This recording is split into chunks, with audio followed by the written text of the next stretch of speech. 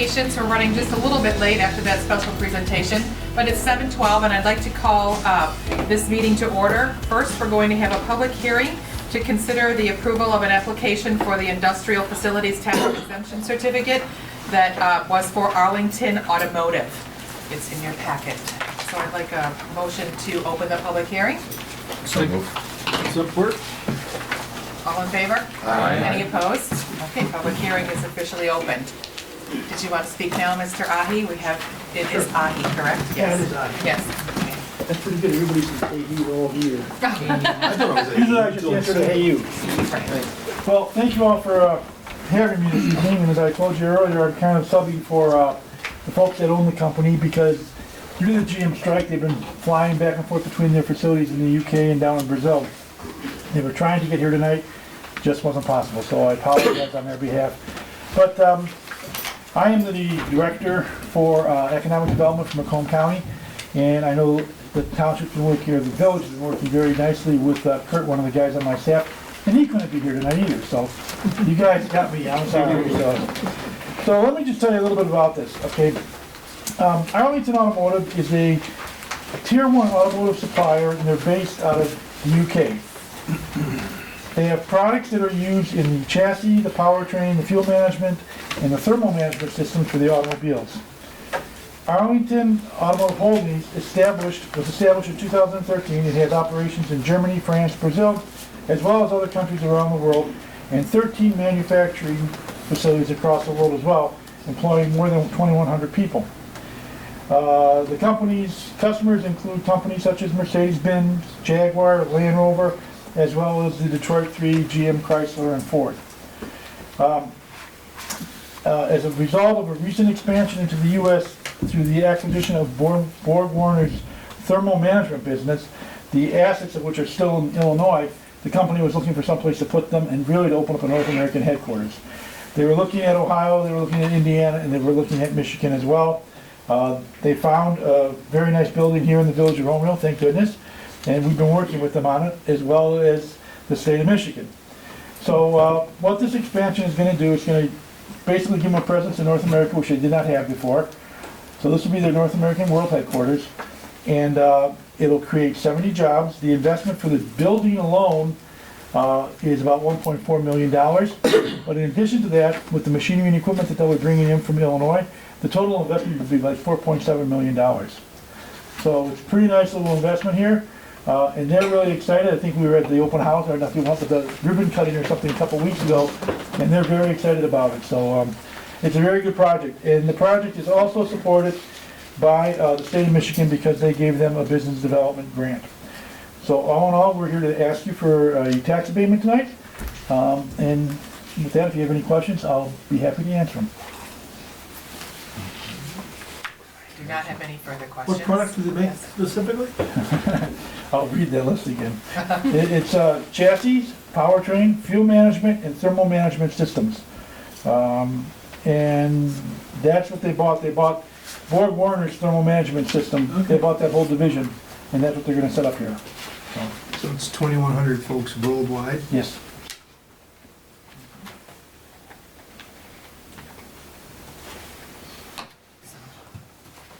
I thought it was great. I don't know if anybody saw the Facebook post that Catherine made, where we took some nice pictures of the UK flag and the United States flag at their commitment ceremony when they actually signed the lease over on their property. So it was really nice to be included. And one of the statements that they made was, we could have gone anywhere in the world. Right. And we're here in Romeo. Yeah. And I thought that was amazing. So Nice. I was happy to shake When are their they going hands. in? The build out hasn't quite even begun yet. There's not even a floor yet poured in that facility, so I would imagine the build out will take a little bit of time, but Okay. Yeah, I think they're planning sometime early next year to begin getting everything done and getting into production. So, all yes. Great. All right. right, thank you very much. Thank you. All right, we're going to move on then to our regular business at 7:16. I'm going to call the regular meeting to order. Would you all please stand and join me in the Pledge of Allegiance? I pledge allegiance to the flag of the United States of America and to the republic for which it stands, one nation, under God, indivisible, with liberty and justice for all.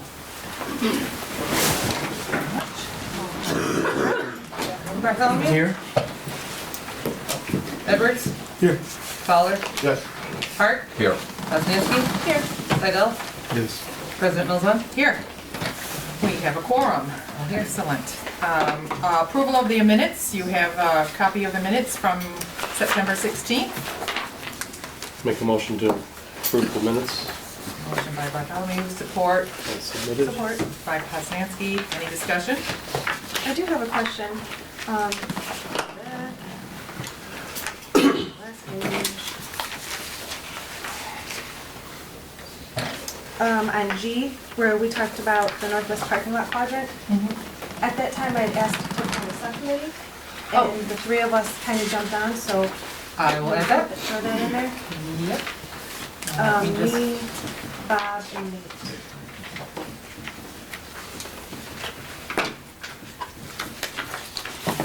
Okay. I'm sorry, can you repeat what item number that was again? G. Second to the last page. Right here. Sidewalk. So, any other discussion? All in favor? Aye. Any opposed? So then you all have the approval of the bills in your packet. Yes, the reports. One is in the amount of $66,652.50. That is the invoices, and then we have the check register report. I should write these on that page. $207,776.99 went out. I'll make a motion to approve Motion those. to approve the bills by Hurt, support by Edwards. Any discussion? I do have a few questions. Right out on the check register report, very close to the top, there's the Casson Planning Group, and then the dates.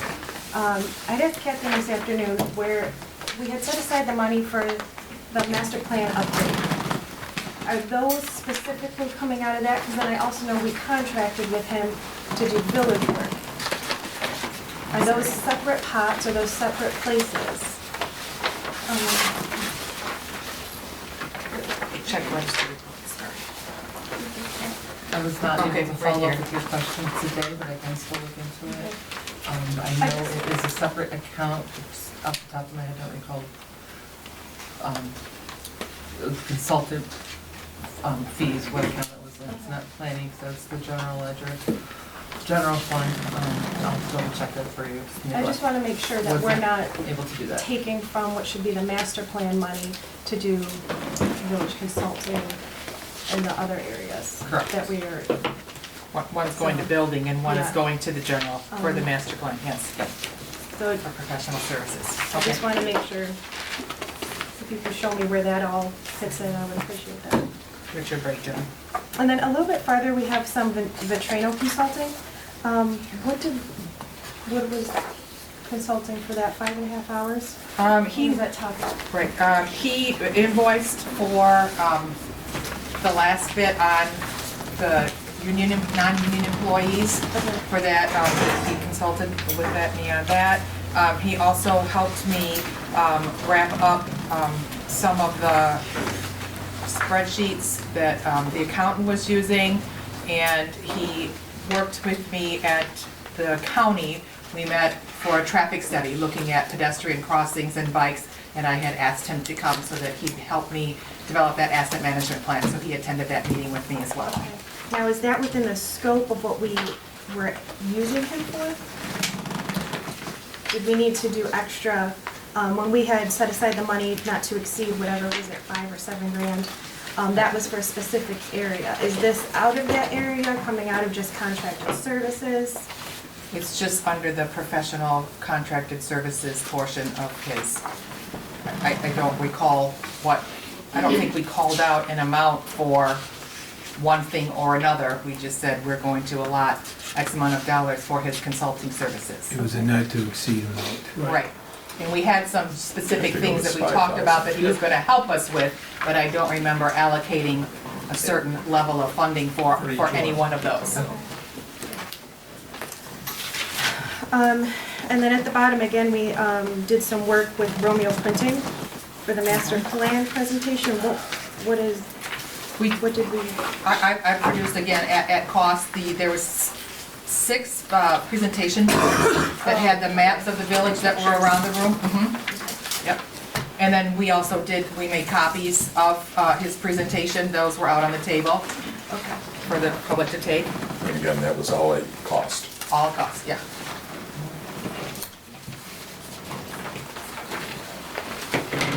Those are all my questions.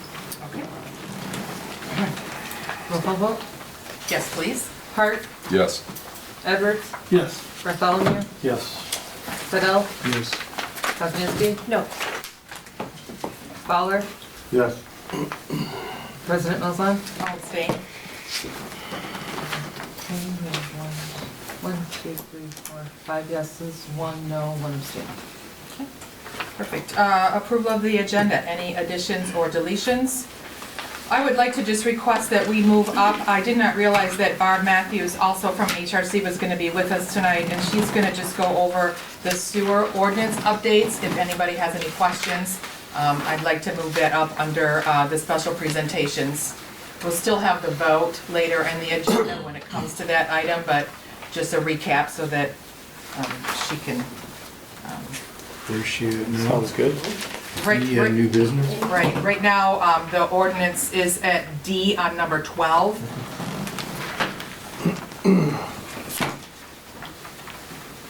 And we're gonna move that to where? Just move that up to special presentations. Okay. So she can just recap what we're voting on, and you can ask any questions that you may Okay. have. All right. As far as the sidewalk, I'd like to add a little discussion with that and the progress on this sidewalk repair. And I don't know whether, you know, the committee reports are kind of done with that, because the committee's done. But, so whether we, I guess, under new business, if you want, or if you want to. Unfinished business? Unfinished? I mean, if it's in C? process, okay. Yeah. C, unfinished Yes. sidewalk. And then I was wondering, under committee reports, if we could do the parking lot committee, so I can give you the update on where that's going and how we're moving. And that's new business. Under committee reports, Right, we're yeah. gonna add that. That's what you said, but Yeah. Anything else? All right, all in favor? Aye. Any opposed? Okay, we have an agenda. Correspondences. I just have one letter that I just want to take a minute to read. This came from a Renee Siebenschuh, I believe is how you say your name. It just says, "Dear Ms. Nelson, we'd like to make you aware of the appreciation of the exceptional work performance of the village DPW staff relative to the installation of our new sewer line located at 1112 Croswell Street. One of the employees came to her home several times to assist their contractor in trying to locate where the sewer line connected to the main. He, as well as Wayne and Timmy, also worked tirelessly in the operation of the vac truck, which was ultimately needed to uncover the sewer line. We also wish to thank Tim Metz for allowing us the use of the vac truck, the rental of the vac truck. We would have been in big trouble if he hadn't permitted it, and Phil had not gotten it over to our home so quickly. We also wish to acknowledge the pleasant and professional manner in which Darlene handles her telephone duties. It was a pleasure to speak with you. We are fortunate to be 45-year residents of the village of Romeo with such dedicated public works employees. So job, kudos guys. to our DPW. They do an amazing job. Very good. So, that was it for correspondences. If we could then move on to the special presentation, and again, Barb Matthews is here. You have in your agenda packet that IDEP plan and our sewer illicit discharge ordinance updates. Yes, if you wouldn't mind, you can sort of recap. Obviously, you have the sewer ordinance in your packet. I recapped what we had previously, which was literally 4 sentences, and then the note of why we needed to do this. So we are seeking approval from Eagle for MS4, our discharge permit. As part of their requirements, we have to adopt a illicit discharge plan, and part of that plan includes updating that portion of the ordinance. So, Correct. as another side note, and I know it might be slightly confusing, we will look at our whole sewer use ordinance separately because HRC has made a few tweaks that they're recommending overall sort of adopt, but we didn't have in a timely manner the ability to get it before us tonight. So we do need to look at least the illicit discharge portion of it, so I went ahead and put that on the agenda. Thank you. Thank you, Barb. So this ordinance is the illicit discharge elimination program, which is wide known as IDEP. So when you see that, that's what it's referencing to. But the purpose of this ordinance, and you can see in the statement, is the purpose of this ordinance is to provide for the health and safety and general welfare of the citizens of the village through the regulation of non-storm water discharges to the storm drainage system to the maximum extent practical as required by the federal and state law. The ordinance establishes methods for controlling the introduction of pollutants into the municipal storm sewer system in order to comply with the requirements of the National Pollutant Discharge Elimination System permit process. So I can read just through a few of the objectives here, and that's to regulate the contributions of pollutants to the municipal storm sewer system by stormwater discharges by any user, to provide and prohibit illicit connections and discharges to the municipal storm sewer system, and to establish legal authority to carry out all inspections, surveillance, and monitoring procedures necessary to ensure compliance of this article. It gives you the power to be able to look into where illicit discharges could be happening within your system and making sure that they are corrected before they head to the waters of the state. So it's a good ordinance to have, and many communities around us have had to adopt this ordinance as well. So, I'm sorry. How often do we apply for this permit? Every 5 years. Okay. Yes, yeah. So there were a bunch of processes that had to take place in applying and meeting the new DEQ standards. That's Yes, which you all have laid out here in the plan, speculating who was, or specifying, excuse me, who was going to be in charge of different areas, Yes. and who's going to conduct the maintenance and do the testing and all that sort of stuff. So it's a pretty comprehensive plan, and I think we're all looking forward to it being adopted. Yeah, yes. Any questions that you can think of, especially referring to the ordinance itself? Mark drafted their revisions into our normal format that you see. It's in the packet that has my little handwritten note. It's a couple items down that has what our ordinance currently is, items A through D, and now we have a whole new one, which is behind it. Ordinance 44, that basically outlines. This ordinance pretty much came from Eagle, and they said this is sort of the template that we're gonna use, and Yes. most municipalities are adopting it, so that's where the language came from. I did ask Mr. Clark to review it. I don't believe he had any concerns that he shared with me, and he just put it in the format that I asked him so that you could approve it and we could get it adopted and published as needed. So, any other questions for Barb? Perfect. Thank you so Thank you much for for your time. joining us this evening. Thank you. All right. We'll take a vote on that in a little bit. Okay, public forum. Is there anybody in the audience that wishes to address this board on any agenda item for tonight's meeting? All right, hearing none, let's move on then to our officer reports. Again, sorry, this is a bit lengthy. I'll see if I can't shorten it. We had our master plan kickoff. Thank you for your attendance, everyone. I appreciated your support. It was a great opportunity to hear from our residents. Our master planner, Steve Casson, who facilitated the evening, he's busy analyzing the data we collected and determining the next steps we need to take. The master plan updates, just in case you weren't aware, should take about 6 to 8 months to complete before we actually have one before us to approve and adopt.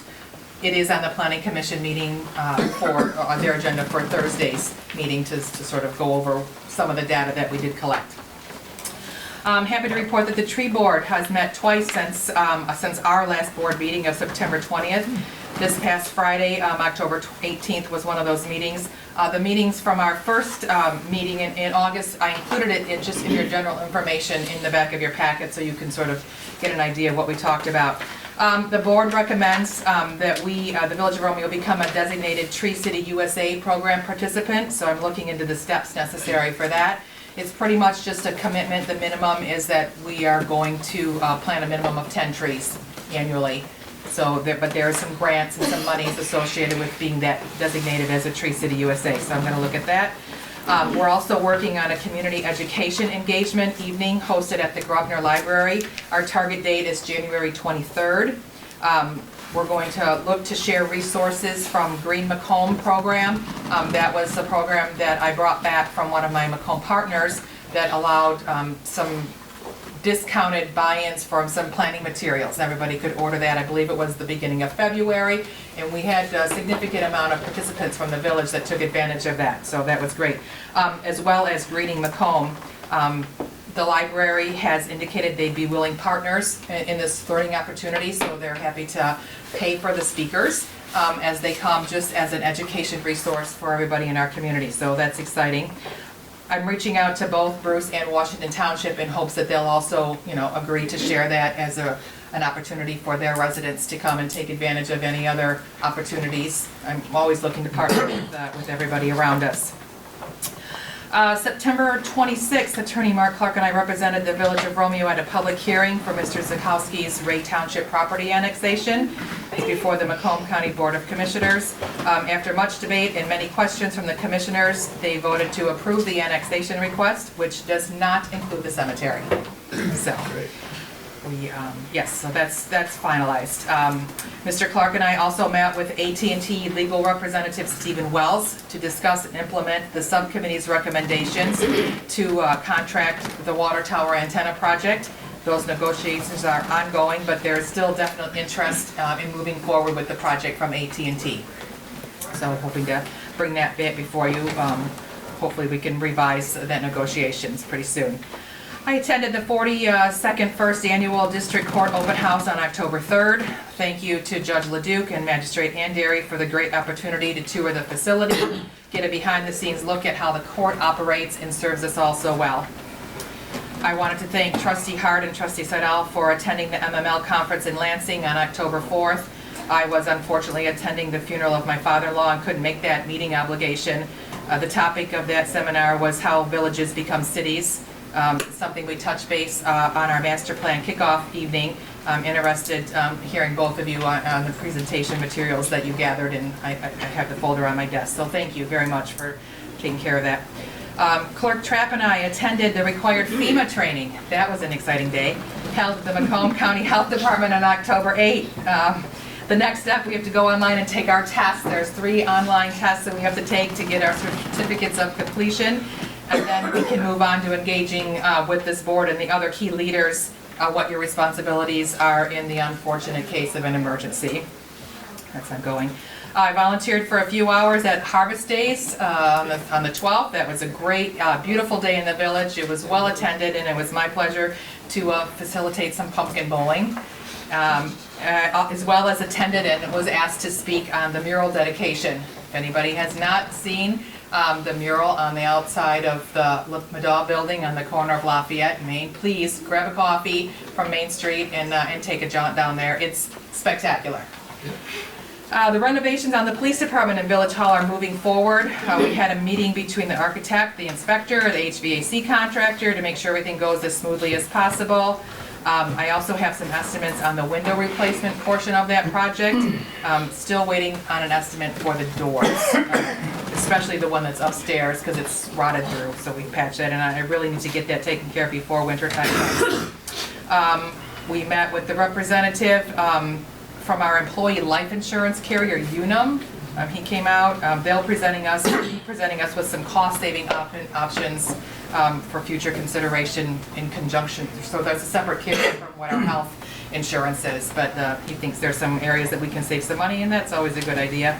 And then lastly, I just wanted to update everybody that the road commission has installed a new traffic signal on 32 Mile and Powell. I don't know if anybody saw it. There was some directional arrows that were needed, and some congestion issues. And that was fully funded by the road commission, so it didn't cost us a dime, and I'm thrilled to have it out there to hopefully alleviate some problems over in that area. That is it for the president's report. Okay, I kept mine kind of short. October 3rd through the 4th, I attended a MERS conference, the Municipal Employees Retirement Services Conference, with our benefits coordinator, Rebecca DiLorenzo, in regards to retiree funding of retirement plans for current and retired employees. Monday, October 7th, I attended a ribbon cutting for, I always say, I don't think I say this right, Evelex in our industrial district. They were originally known as SKF Motion Technologies, and they have merged with Evelex, and this was their rebranding, and they were very excited about that. I too volunteered at Harvest Days working at the bounce house. It was a nice day, but a little windy, and the mural in the building was also unveiled. And right now, the cemetery, we are currently installing 31 foundations in time for the end of November. It has been a been an extremely busy season for our cemetery. That's all she said some of it. Yes, great team effort. All right, we have a treasurer's report. Sherry. Hi, hello. I'm excited to make the announcement about the investment report. In your packet, you would have received details outlining that. So if you have any questions pertaining to, I'm open to, it's exciting to be able to put some money in and start earning some interest. Next, I'm going to be excited to make an announcement soon that I'll be balancing the tax for 2019 and doing all the necessary reports and balancing out with Macomb County. And then the last thing I just want to say is that our credit card processing will be just put on pause for a time brief until we implement our new processing system with just how we receipt. So as we transition into the new year, 2020, we'll be receipting into BS&A, which will be one accounting system that will alleviate a lot of our balancing or unreconciled items. Okay, and then we'll open to any questions. Okay, thank you. Thank you, Sherry. Thanks, Sherry. All right, time for our trustee reports. I do have some. Go ahead. Yeah. First, I attended the Chamber's State of the Community event. It was a great time. Always good to hear from our leaders. I enjoy sitting at a random table and meeting people from our community and making contacts with them. It was a good time. We had our parking lot subcommittee, which we can talk about later. I stopped and spoke with a couple residents about the proposed rezoning to get opinions and see what their thoughts were on that. Also attended Harvest Day from setup to tear down, but it was a great time. We had a great turnout, sold hundreds of wristbands. I can't wait to see what our numbers are. The kids were happy, that's all that matters. And then the mural reveal was wonderful. We had great snacks provided by Main Street, some bagels, some coffee, and then Verellen gave us donuts and cider, so it was a great time. All right. Anything, Nathan? Nope. Anything, Zach? Anything, Randy or Bob? Well, just that event we went to in Lansing, I was surprised how many people attended it. It was 80 to 100 people maybe were in there from all over the place, so it was, the presentation and the feedback from the people that were actually in attendance was pretty good, just to kind of sit and listen and hear all the different opinions, so. I'd say it would be safe to say there's probably maybe 30 different villages that were maybe represented that were there. And there are some other villages, the one was Dexter that came out that they had gone through this process. And they're very similar to our situation of being on two different townships, but there is a lot of information to help there. They went through the good, bad, and the ugly, and it's not a quick process. It does take a lot of due diligence, and there's a lot of steps, but there is all that information that's there, so it was worthwhile. Yeah. I had to sit next to Bob, but it was worthwhile. Takes about 2 years to go through the Yeah, process. probably, yeah. And some of them were longer than that. Well, yeah, and they Some of them were and 7. learned by some of them, you know, there was reasons and Sure. and lessons learned. So that Yes. was part of the good information. We wouldn't be reinventing the wheel and that kind of thing if we were to ever look, you know, at doing Sure. this. So, you know, again, being there. So, and then Tilson Street. Tilson Street's on a full roll. It was probably the busiest. Talking to some of the neighbors, Saturday was probably one of the busiest days that we've seen in years. The weather probably had a lot to do with that. But, it's great. The DPW had put out some trash barrels that were definitely used. Saw some, good results from that. And then we had talked to Officer Mason, who was on duty last night, and he would, I think, been there the night before, but we have a police presence, and we appreciate that, and had a good report from, residents and people, having that there, so all's well, another year here, so. Can I add to that?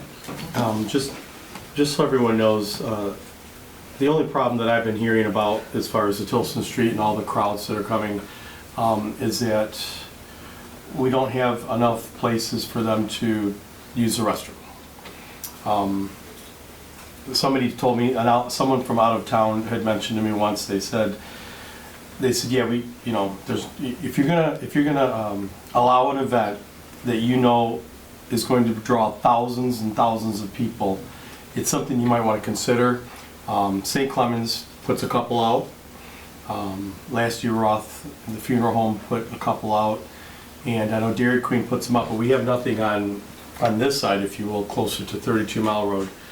So I talked to Christine about it, and she said that if anybody, any business, any resident is willing to rent a porta-john for the public, you need to waive the permit But fee. they need a permit, but no fee.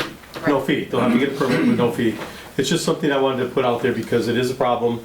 They're using backyards and things like that, and I think it's something we should consider, taking charge of and making sure that people have places to do whatever they have to do. The business district is they're just amazed by the amount of business they've been getting because of Tilson Street, of course, every year.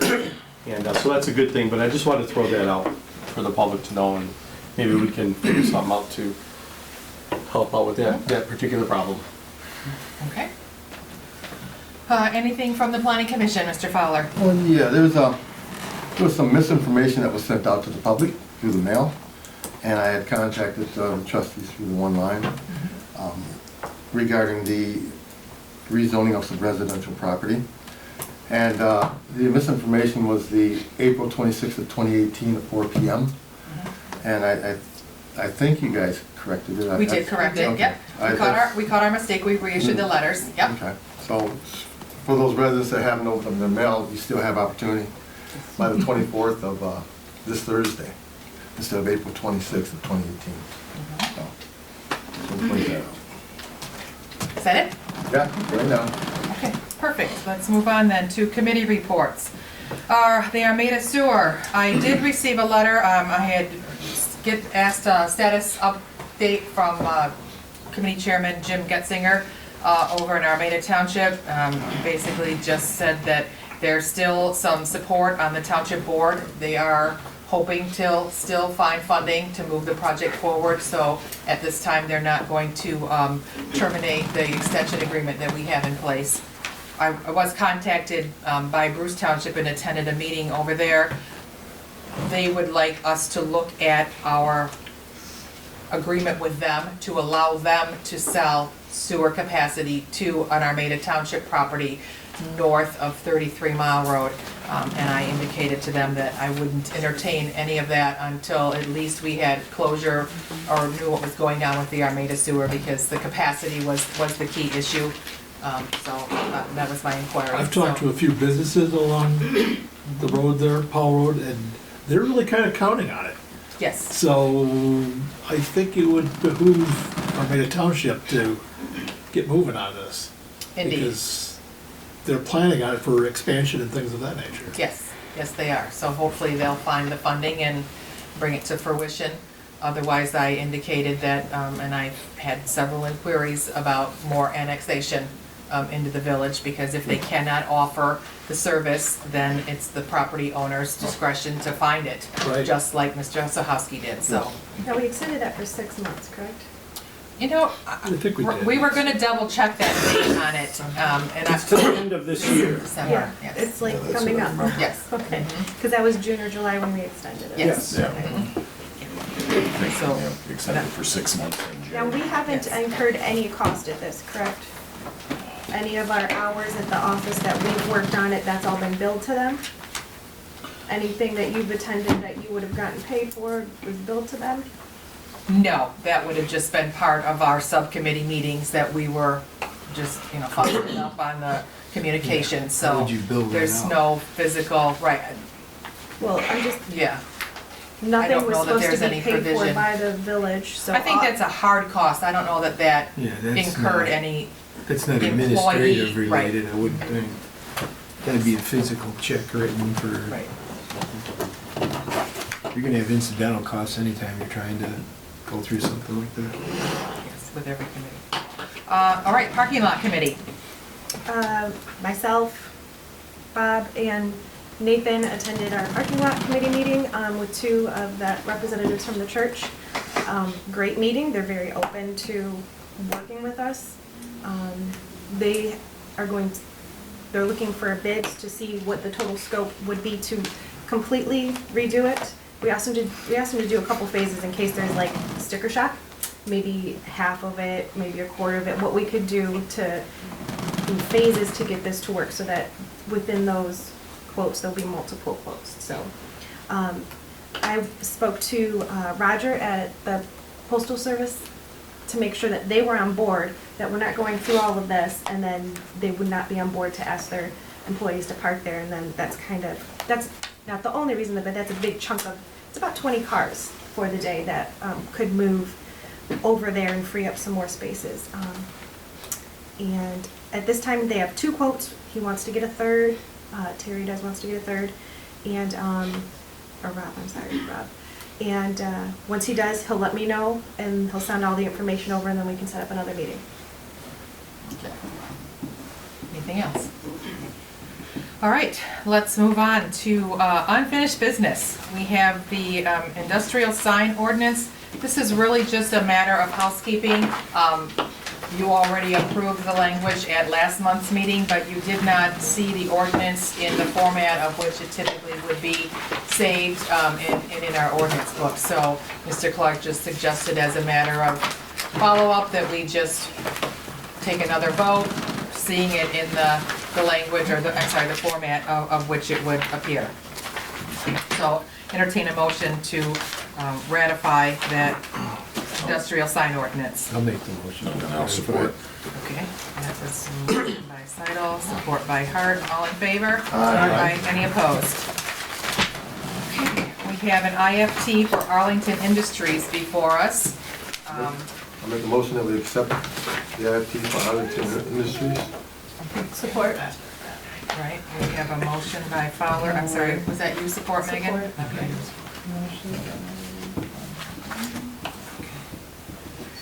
Before we just take a vote, if I could just recap just a little bit of information. You see that their IFT is for the land and building cost of $1,392,459, as well as personal property costs of $1 million, the same thing, $1,392. With the tax assessment, the 6.5 and the 0.75 mils that would apply, that equates to just about a $10,000 abatement in their income taxes, which we would include, which we normally would have taxed and assessed. Right now, we have a number 14 of IFTs that are outstanding. I still have to audit that to see how many length of years that are left. But basically, we abate $56,000 currently on the tax rolls for the IFTs that we have already given. So this would be an additional $10,000. I'm not advocating for or against it, I'm just letting you know that I think at some point we need to take a look at what that policy would be, what percentage we want to allow, and perhaps look at some sort of policy that would say, first come, first serve, we're only willing to give out, X amount of dollars out of our budget, because obviously we could use $66,000 to do a lot of other work. It's great to attract businesses, and I'm not, again, saying that I'm opposed to it, I just want you to be aware of a real dollars and cents cost of what it is to us, so. Right.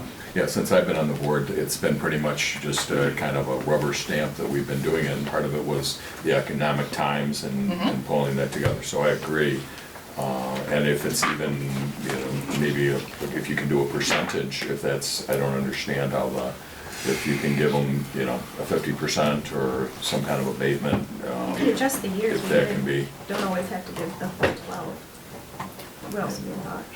But Right. if we can look at those things, I would agree. Well, there's also soft gains from that. Residents move out here, so there's monies that come in besides what you abate, so. Got 70, It's not 70 employees. Right, it's not a one-for-one dollar loss. I mean, you're getting income Absolutely. and storefronts are making more money, and so it's tough to get a number around that, but I know where you're coming from. You just can't hand them out like. Right, I was never really aware of what that number was. We've always had them before us, we've seen the investment, we said how many jobs are we creating, but I never really equated dollars to cents when I say yes, a vote or a no And it's vote, still- what am I actually giving away? And so in this instance, I'm letting That's you know very that good, it's about 66,000 if we approve this one It's tonight. really hard to figure out your gains too. Yes. Before you vote, I would recommend that in your motion, that you state the number of years that you're granting. The application says it, but at some point, the minutes may be necessary to support the application at the state level. And I would just recommend that you indicate, if it's the 12 years that is requested in the application, I recommend you put that in your motion. Did you want to amend your motion to include that then? Include the 12 years, We are gonna do what the, Mr. Clark said. okay. There we go. Approve the IFT for 12 years, so Okay. I'm gonna take a roll call on that, please. Just gets okay, so Yes. Megan, skip her to that. Fowler? Yes. Poznanski? Yes. Seidel? Yes. Bartholomew? Yes. Hart? Yes. Edwards? yes. President Malzahn? Yes. Motion carried. Okay. I'll be thrilled to do that. All right, we added items number C for the sidewalk subcommittee. Yeah, the first thing I just wanted to discuss, we went through the first phase, which we did pretty much Croswell, Tilson, and Pleasant. There's a few that didn't have authorization quite in time. There's a few that are marked that aren't done yet. We're working on doing the second phase, which was St. Clair and Main Street. And those were done. Nathan went out with Mr. Ingersoll, and I should go back and have marked that along with the contractor. At the last meeting, when we were discussing going forward, Mr. Ingersoll, Randy Ingersoll, approached me and he said he would be willing to help out. He would like to help with the project. So he did. He was a lot of help. I had spent a lot of my time was chasing down, getting forms because we were trying the authorizations by the residents because we were trying to get this done and completed in time that people would be walking on Tilson Street. That's why we concentrated on that area because of the enormous amount of traffic that we get, and we were able to execute that. But Randy helped out immensely as far as just the organizational portion, putting together the spreadsheets and keeping track of those type of things, as well as walking it. Nathan, myself, and he pretty much have walked, the village, going through that. So he has done all that, and as a volunteer, and there is more work to be done. I am going to be more limited on the time that I can be taking, and Nathan as well. So what I want to maybe propose, it wouldn't be a large budget or that, but pay him hourly to continue to manage and work with the contractor that coordinating it. A lot of times when a contractor's available, I'm not available. The scheduling I really had to actually push things aside because it was so critical that we got this because of the timing. So going forward, I didn't think it would be fair to just, ask him to keep on volunteering. I don't know. I probably have at least 20 hours that I've spent and, so far and work, real hours going through and doing that type of thing. And, Randy probably has put in every bit of that. And I know he's been in contact with you on a regular basis. So I briefly talked to Nathan, what he kind of thought about that. And I think it's important that we would establish that scale, if you will, of which the condition of the sidewalk, the condition of 1 through 5, we've discussed that, solidify that.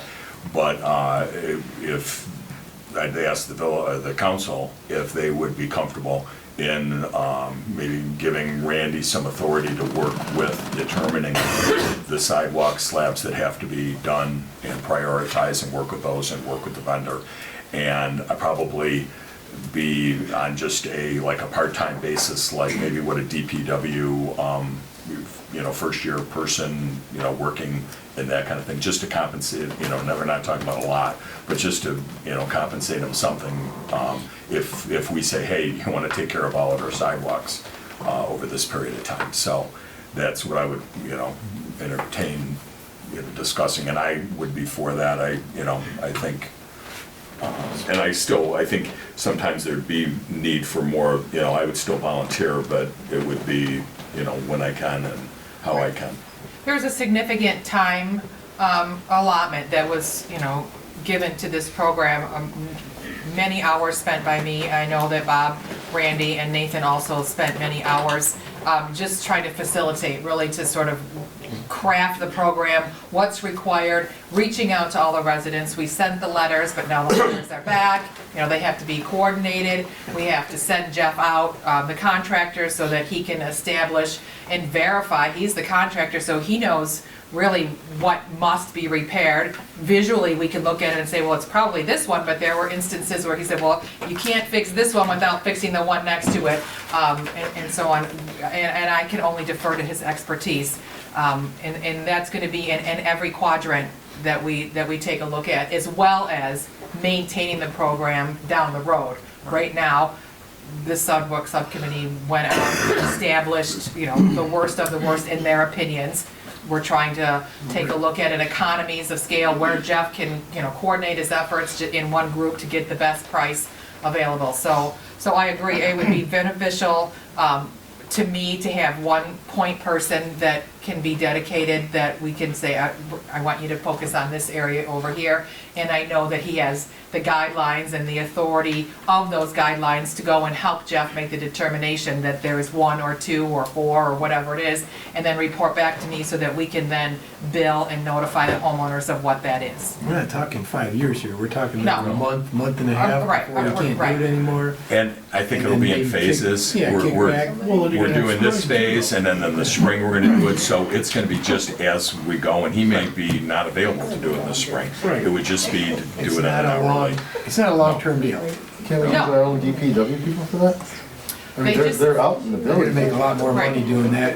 but I mean, And- we pay them anyway to be in the community. Yeah, and they just haven't had the time to be able to put that to it. I mean, we approached that, and that's what we, kind of came up with. The one thing I would say is the contractor, which is RAP, that's been doing the work, we gave him the worst of the worst. I mean, some of those were the ones that were really gnarly. There's like a 4-inch gap and tree roots and all of that. Was watching very closely. I was available, when they were working with it, and they did a really good job. I thought of how quickly they executed it, how they handled the tree roots, how the people worked. There was a couple occasions where, talking to Jeff Rapp, he happened to watch some kids. There were some kids up by the Dairy Queen that were lifting up the tape and to ride their bikes through the cement. He chased them off. He repaired the sidewalk, and I guess there was another one that was on Croswell where somebody walked their dog through it, and they We took the repaired call. that. So, Yep. You And he know, went back out, yep. so far, I've been, you know, I was happy with that process. But it all takes time. And Zach, the DPW with everything that's going on with the sewer, with, you know, the leaf vac that's gonna happen, all those stuff, they just don't have the hours that it takes to facilitate this. Well, I mean, in the Work. past, I guess our village employees did more to assist within the community. So, I mean, sure, if we got the money, I got no problem, but we just came out of a hole as far as financially. Now it seems like we're gonna climb right back into it because we're just spending money left and right. I mean, can our clerk go out and do this stuff? Or? What are we talking about money? What's the Well, dollars like we're talking about? what's We're talking about a pay What's for you. 16 times 20? No, so, We're not looking money's at. money. What's Yeah. 16 times 20? Regardless, it's still dipping into the Money's money. money, It's still dipping in. lawsuits are lawsuits. I mean, there's reasons we wanna fix these sidewalks. We're up there at our want- doggone cemetery where I we're know, spending money up there. cemetery's beautiful. Something that we used to use volunteers for all the time. I know it's a better thing, but Every still organization dipping. you're in, there's harder and harder to find a volunteer to do the work. So if you got somebody I that's think willing we've to work always at paid a to really have the great. grass cut and everything in the cemetery, Yeah. right? It wasn't volunteers. I think this would be a good thing to put on next month's agenda, come back with hard numbers. We're talking about money here, it wasn't already on the agenda to spend money. I believe this should be out to the people, put How on do the you next put it- agenda. I would put that in our budget. We budgeted $40,000 that would be there. And what is 16 times 20? It's $320. $320 But to when we have. talked about the budget, we did But not it- talk about yeah. paying a person, so we talked about just spending it on sidewalks. So it's- So that would it's- be a bit misleading. Understood. That we okayed it. But we're Just talking for like sidewalks. the price Right. of two slabs. Exactly. We're talking the Right. price of two slabs. We You have a somebody small come window, out- right. And there is an administrative cost that is built into it as well. So, I mean, it can be used out of that. And you might end up saving a few slabs where he goes, no, and you can argue back and forth, and then that may go, And- yeah, you're right, we can maybe slide And we one down want to doing this continue on getting more done before the end of the year. That's kind of And where I'm at. So, do we sit there and say, no, you have to volunteer? I can't. I am going to be limited on the time I can do. And I've done a lot. And a lot of the preliminary work has been done because of that. So we're not talking about a lot of hours. But if I'm going to sit there and say, hey, Randy, I can't be there, can you talk to the contractor and make sure everything's okay? I just don't want to, I think this is a token, if anything. And again, $320 Yeah, it's if not it's this 20 Randy, hours. it's a different Randy, you just make Right. sure. Randy Ingersoll. Right. I would like to, as a member of the sidewalk committee, I would just like to give a big shout out. This contractor we've been talking about is Jeff Rapp of Rapp's Concrete. We were skeptical of even getting the slabs and the bad spots on Tilson Street fixed this year. But he jumped into action and is doing a fantastic job. We're blessed to have him because most contractors, this is a very, very tedious type of work that most concrete contractors wouldn't want. We've had some that walked away. So a big shout out to Jeff Rapp for doing what he's doing. He's doing a great job. Okay, so if we wait till next month, we can't get Randy, you know, Then we lose we're gonna this month. lose a month's worth. We lose the month before November, before it starts freezing. So I'll make that's a motion. that'd be my recommendation. I'll make a motion that we bring them on for $16 an hour. If that's what is that what a DPW person is? Well, that equates to what our cemetery crew. Yeah. And 60 that sort cemetery of crew? manager, All yeah, right. it's just a seasonal, right, it's just Yeah. more of a seasonal employee. What Right, the it's cemetery crew? part-time, yes. Cemetery crew rate. And it's Cemetery crew essentially a is spot buy, you're buying it for the next month. Yes.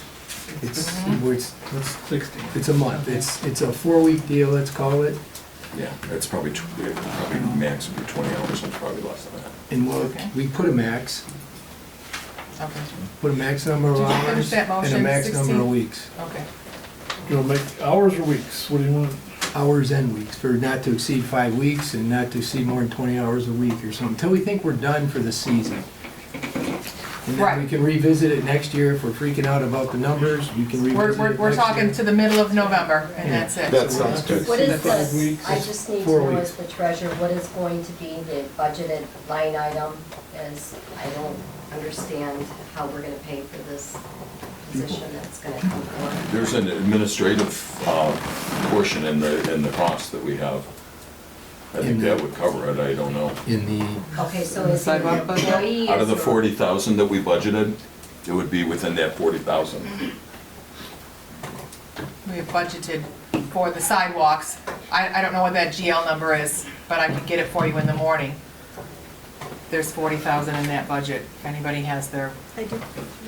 you can find it under, It'd be within, within that expenditure. Hired as an $20 employee. a week, 5 weeks. oh.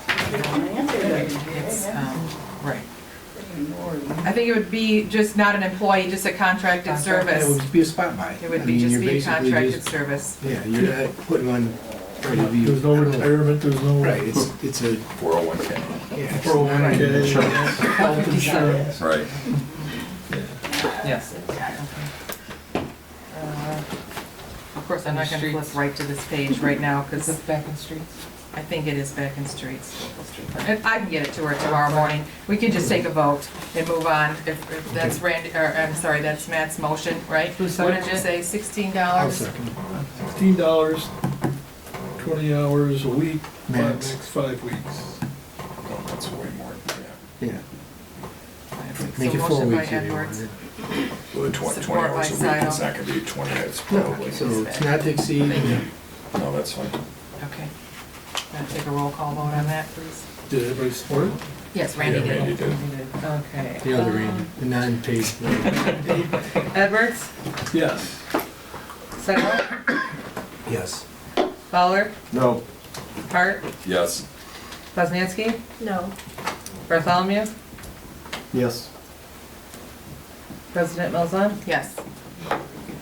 Motion carried. 5-2. Okay. All right, let's move on to, Thank you. I'm sorry. Was that? oh, I just said thank okay, you. Okay. New business, we have the IDEP plan, wastewater management appointment. So we briefly just talked about this with Barb Matthews. You have in your packet the illicit discharge elimination plan. The plan needs to be adopted by the Village of Romeo, and there were some placeholders that said who was basically gonna manage this program. I met with Al, he said he was going to take that task on. Therefore, my recommendation is to appoint Al Lapierre as our wastewater program manager. I'll make Okay. that motion. Okay? Motion by Poznanski. Support. Support by Edwards. All in favor? Aye. Any opposed? Okay. We need to take a look at adopting the illicit discharge elimination plan. I'll make a motion that we adopt the amendment to the ordinance number 44. Will that suffice as presented? Support. All in favor? Aye. Any opposed? Okay. We have, the waste hauler bids.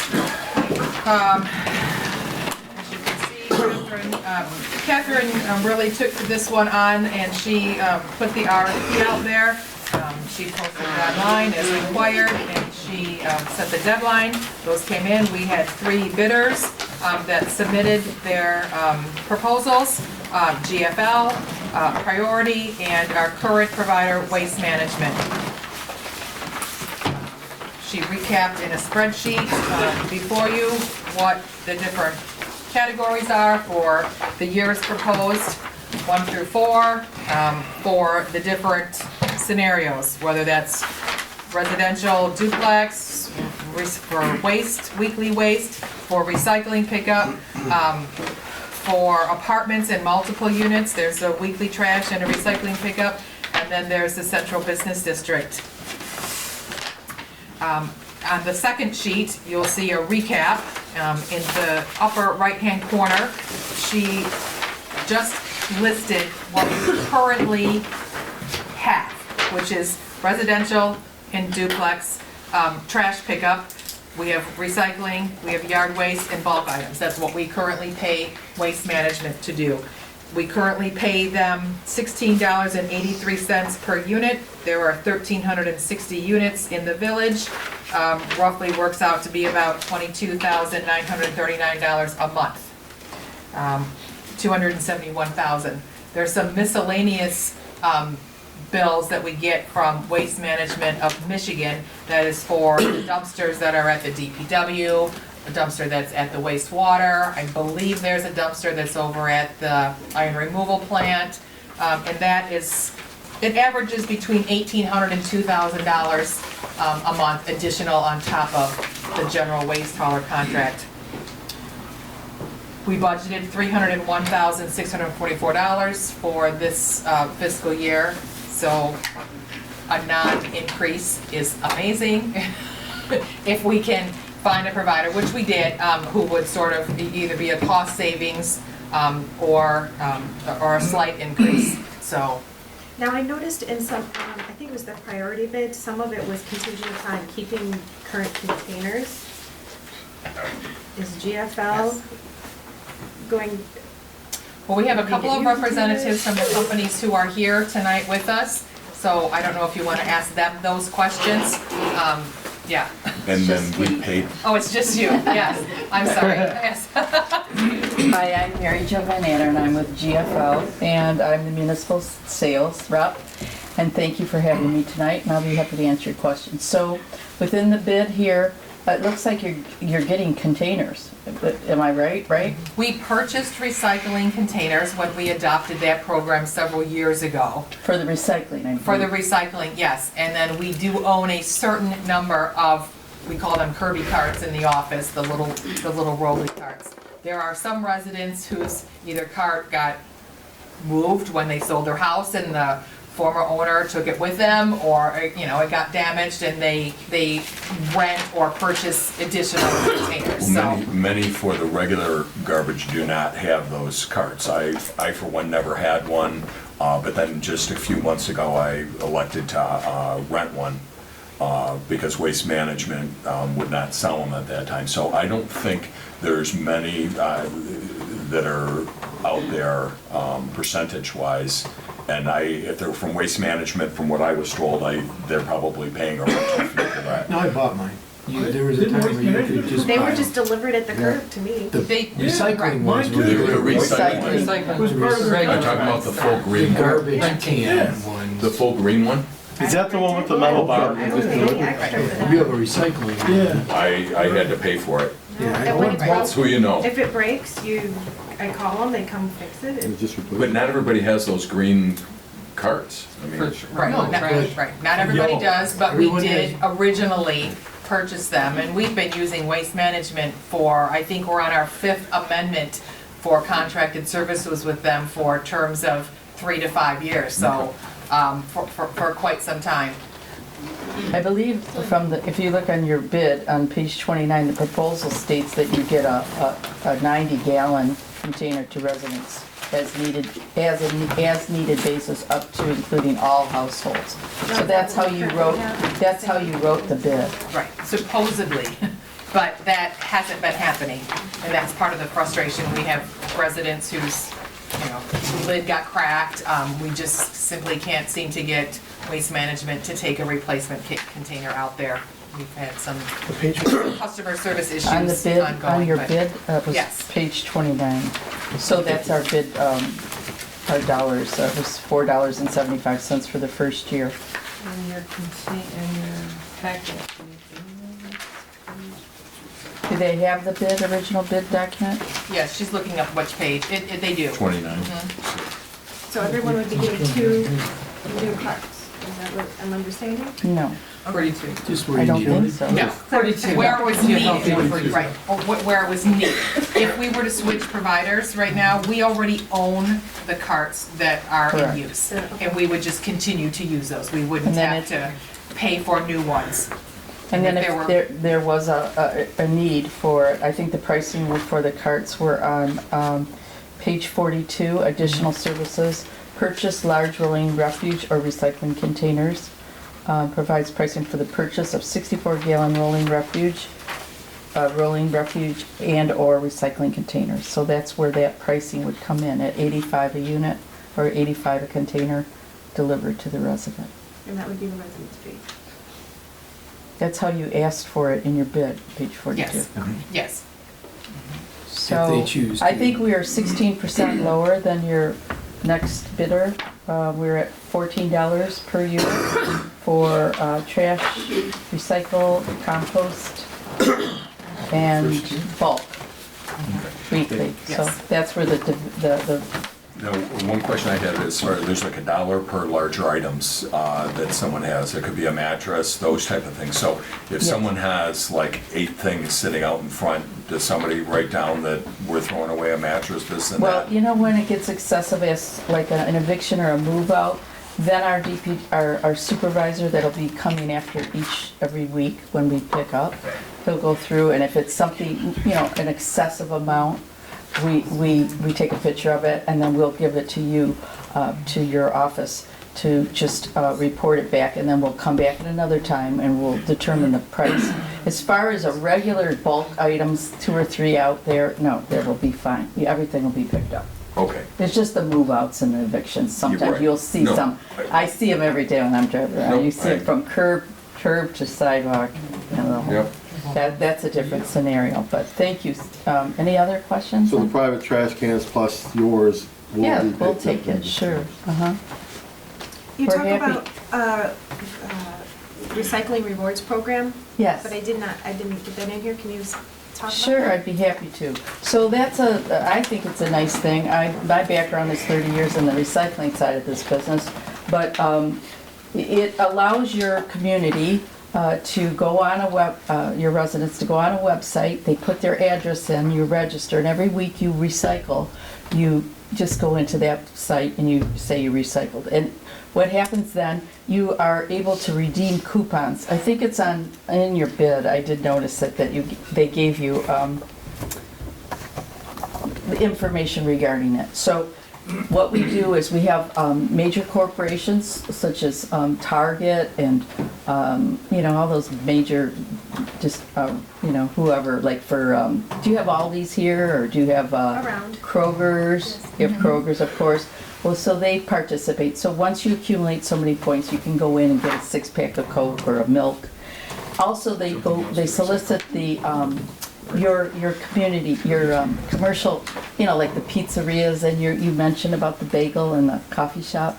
So they would see if they would like to participate, and it increases, it kind of increases traffic and things like that. Shelby Township is one of our communities that really loves it. So if you need references on the program, I'd be happy to forward those to you. Yeah, but I really think it's kind of nice. Yeah. Any kind of little perk that we It's can free, encourage, it's, people to just be conscious of, what we're about. Right, and It's a good everybody thing. wants to be rewarded for doing something right? They don't want, so that's Do kind you of have nice. any kind of like I'll call it a brochure, for no lack of a better term? Yes, we A do. flyer or whatever, to Yes. let residents know what items can be recycled Yes. and what that- items cannot be yes. recycled? It's on the bin too, from waste management. Correct. So, that's a whole nother topic, but recycling is still viable, and we're not throwing it out. We're running separate trucks. We're taking it to a facility where it's being separated in a MRF.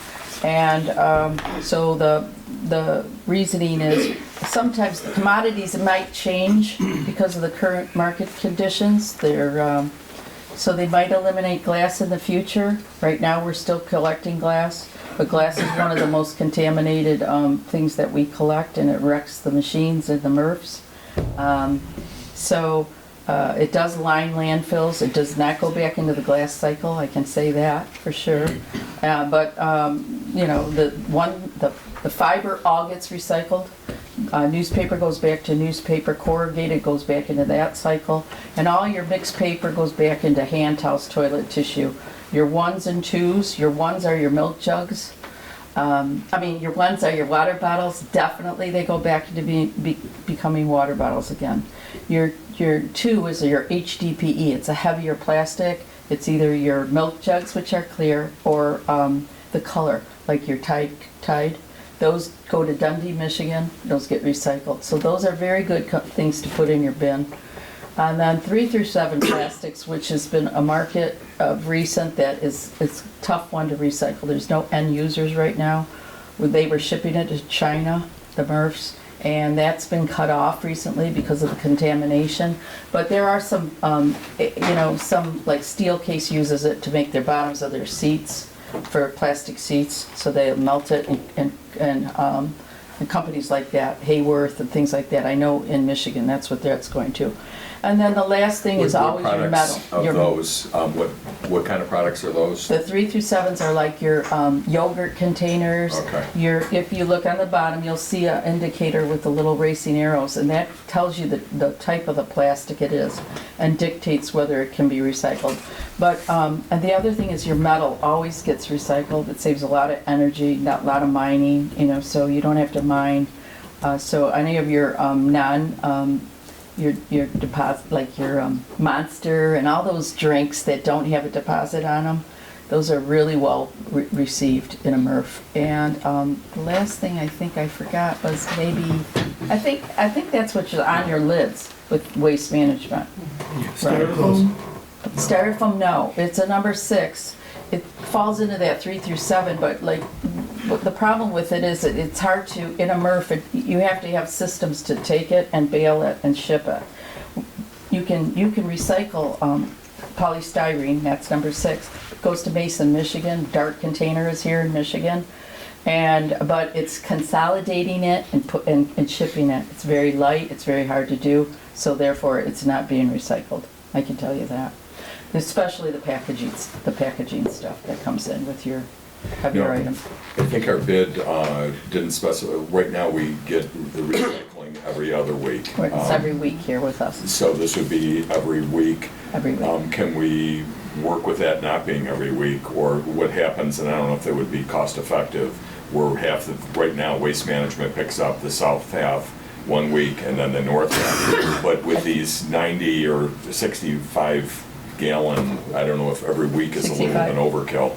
No, we have, I think we're the largest hauler in Macomb County for sure. I think we have, I don't know, 70% or 80, almost 80% of the municipal contracts. And they all like it every week. And if you don't want to put it out, you don't Really? have to put To it out. recycle. I would Yeah. take it every week. I filled them. I filled them. You Yeah, got I 3 mean, bins. I if have 2 you, of the large one, and then I even have the really Oh my old gosh. ones that I'll set out next to it. I gotta step it up. come on, you got competition. No, if it's not full, then you don't wheel it out, that's all. But we find service level is more consistent when you don't have an every other week. Then your residents don't have to look at their neighbors, is it my week, is it not my week, right? Oh, yeah. And so that's been our just our policy, so. And your bulk items every week also. That way you don't have to call it in, you know, there's a lot, it's a benefit to your residents. They just put it out. And I think it's, Yes. beneficial. So, I'm sorry, I didn't. No. were you No, I'm all completed? set. Okay, does Thank anybody you. have any other questions for her? Okay, perfect. Well, so as I indicated, we've had Waste Management for years and years. We've seen, a significant increase calls from our residents who are unhappy with the customer service, things that are forgotten. And obviously, they've given us a significant price increase in their continuation of services. So it's my recommendation that we contract this out with GFL for the $14 per user. I would also suggest, and whoever wants to make the motion, that we take a look at the central business district usage that's ongoing. We have a dumpster issue. They're everywhere. Right now, we don't offer any waste hauler services to our business owners. They pay taxes in the village like we all do. And I think that we can take a look at this as a cost savings, but maybe partnering with the DDA to facilitate some sort of program that would eliminate some of the dumpsters. If we could give them a recycle cart or a wheel cart in lieu of having a dumpster out back of the business and maybe share in some of that cost, if we can't afford to do it all, because we are saving a couple dollars per unit. So I just wanted to throw that out there, that I think would be a great project for the DDA, sort of to umbrella with the central business district. But as far as the waste hauler, I'm gonna recommend that we go with GFL with the proposal that they submitted. All right, well, I'll make a motion that we contract for the 4 years with GFL. When does it start? November 1? Oh, Well, get or that as worked soon as out. we get that in Yeah. place, right? Our current contract goes through the end of October, yes. Well, Did you as want long as to? we don't lose, like if we Would pick up anger the same first day? one, I don't wanna go a month while the second one picks up. Waste management will continue to service until we get the next one in place. Okay.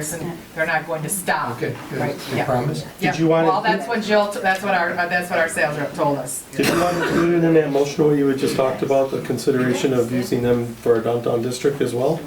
I think that should be sort of separate. I Okay. just wanted to throw it out there that it was bid, you've seen the numbers in your packet. I think it would be a great program. I think it's at least, worth checking into to see if we can alleviate some of the congestion caused by all those dumpsters downtown that just makes the back of our buildings look icky.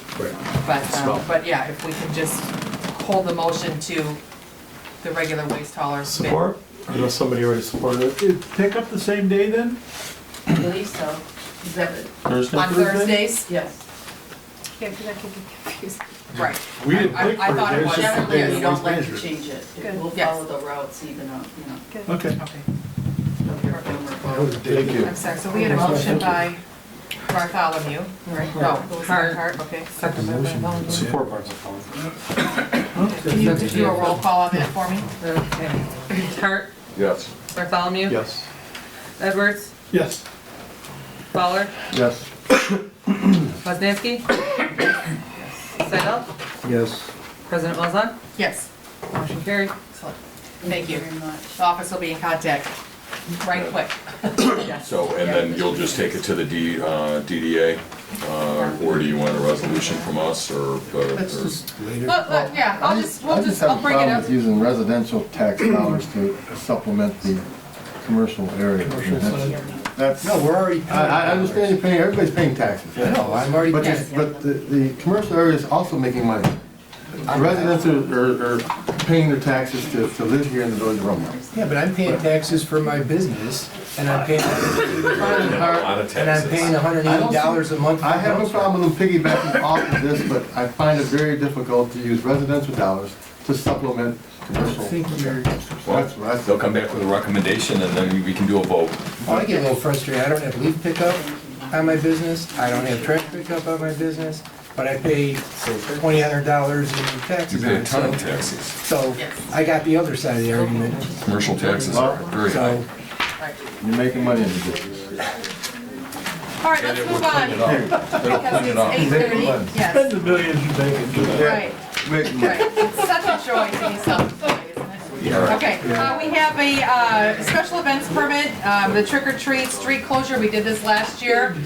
It was great, the kids loved seeing the fire truck and the police cruisers there. I've reached out to our fire department, they're willing to park a truck at the end of Van Dyke at Newberry as well as Washington, and we'll have our police presence at the Four Corners, doing closure and directing the traffic otherwise. I'd like to make the motion that we approve this Village of Romeo event permit Okay. as outlined. Bartholomew. Support. Support by Hart, all in favor? Any opposed? Trick or treating, in case anybody doesn't know, in the village is Saturday, this coming Saturday. Sirens should go off at 11 and ends at 1 o'clock. So, And then weather back is to the supposed to be village. cool but dry. And then back to the village park where we do Yes. costume judging, Parks and Rec. Usually cider and donut, but I don't know, it depends on what they do. Board appointments. We still need to look at the Eagle DEQ sewer ordinance update. That was the other piece that was in front of you. I know we looked at adopting the plan and appointing Al, but you have that ordinance. Wasn't it the 44? No? Oh, that was, I thought you did vote on that already. Did we do that? Because I thought it we was did just a... that. I think we did that. We Okay. did that. Good, then I'm gonna cross that off my list. Okay. You have tree board appointments. We had 2 openings. I had provided in your packet a recommendation for Ruth Huttebreck, and you see her letter. I received today and had a chance to have a phone conversation with another interested candidate. It was a recruitment by tree board member David Miller for Miss Donna Folan. She lives at 252 Church Street. And I believe, I gave you a copy of her letter of interest on your board, on your place before tonight's meeting. So I'm going to recommend 2 appointments to the tree board, Donna Foland and Ruth Heidebrecht. Okay, I'll make that motion, or I guess So what are we? Motion Motion to, to appoint. Yeah, to approve the appointment Yes. of Ruth Heidelberg and Donna Foland. we have a motion by Hart, we have support by Edwards. All in favor? Aye. Any opposed? Good.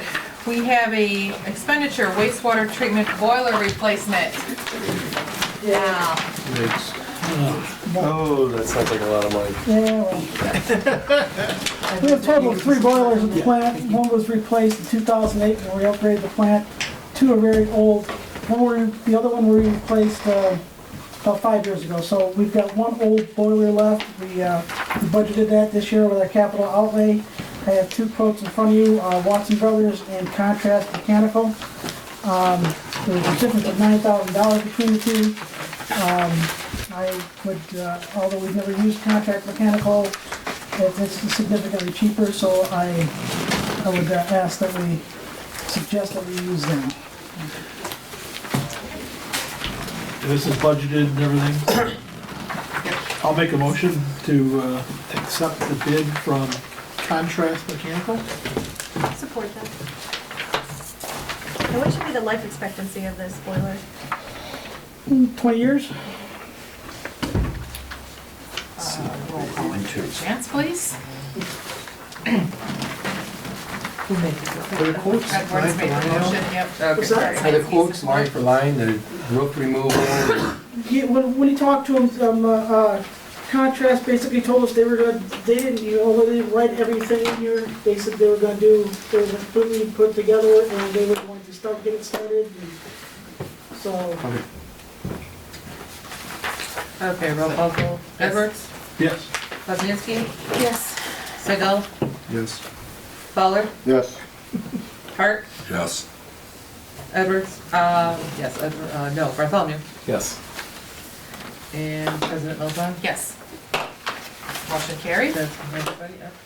All right, up next on the agenda is the Parks and Rec discussion. I just included in your packet, just for information only, one of the mail pieces that was sent out on behalf of the Board of Washington Township.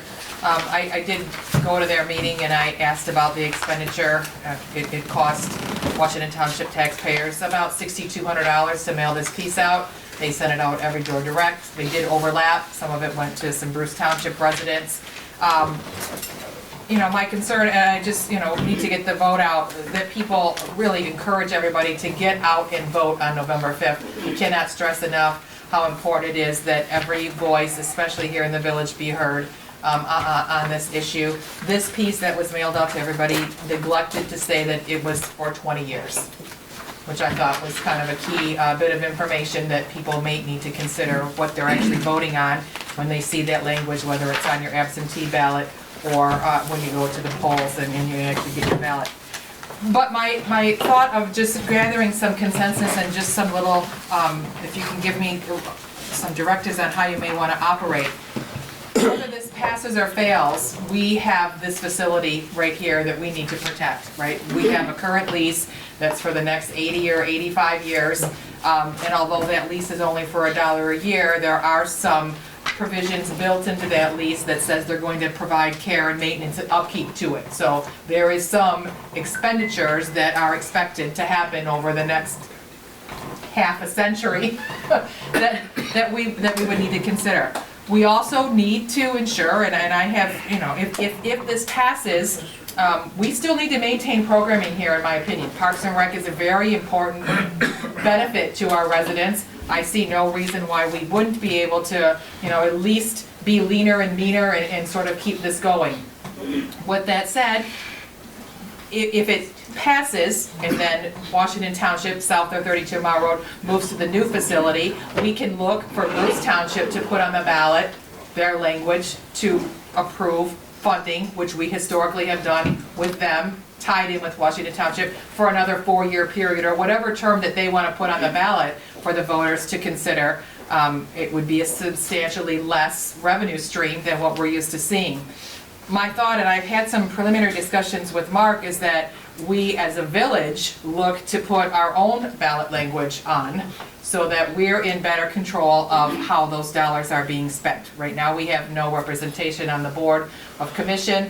I have asked both municipalities to allow a representative from the Village of Romeo to be placed on that commission. Bruce Township voted in favor of that. Again, I inquired at last month's Washington Township meeting. They said they have no intention of taking up that vote for consideration on my request. So basically, no action on that.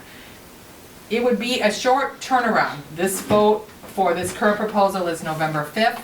The next ballot language for the March ballot, I believe there is a millage issue that's already going to be on that. So the election is already being held. And we want to just sort of piggyback that cost. Since we don't maintain our own elections in the village, we need to go with the season when there's already a reason for everybody to go to the polls and vote. To get it on that March ballot, it needs to be submitted, I believe, by December 10th.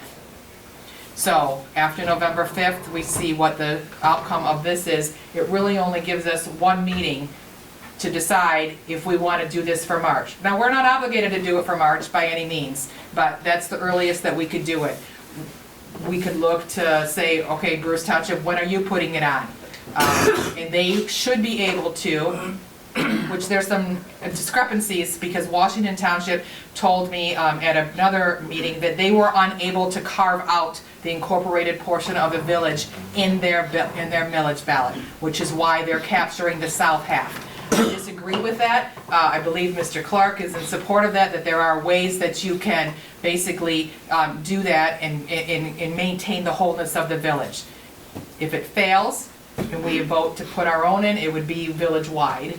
It could still be the same .75 that we've continually passed, but then we would be able to decide, do we, want to spend all that on this facility? Do we want to, look at if Washington Township goes in another direction, having a buy-in with their programming so that our residents can use that at some sort of non-resident. There are plenty of scenarios that we can look at. I'm just looking for some direction on what you think would be prudent in protection of our Parks and Rec program now.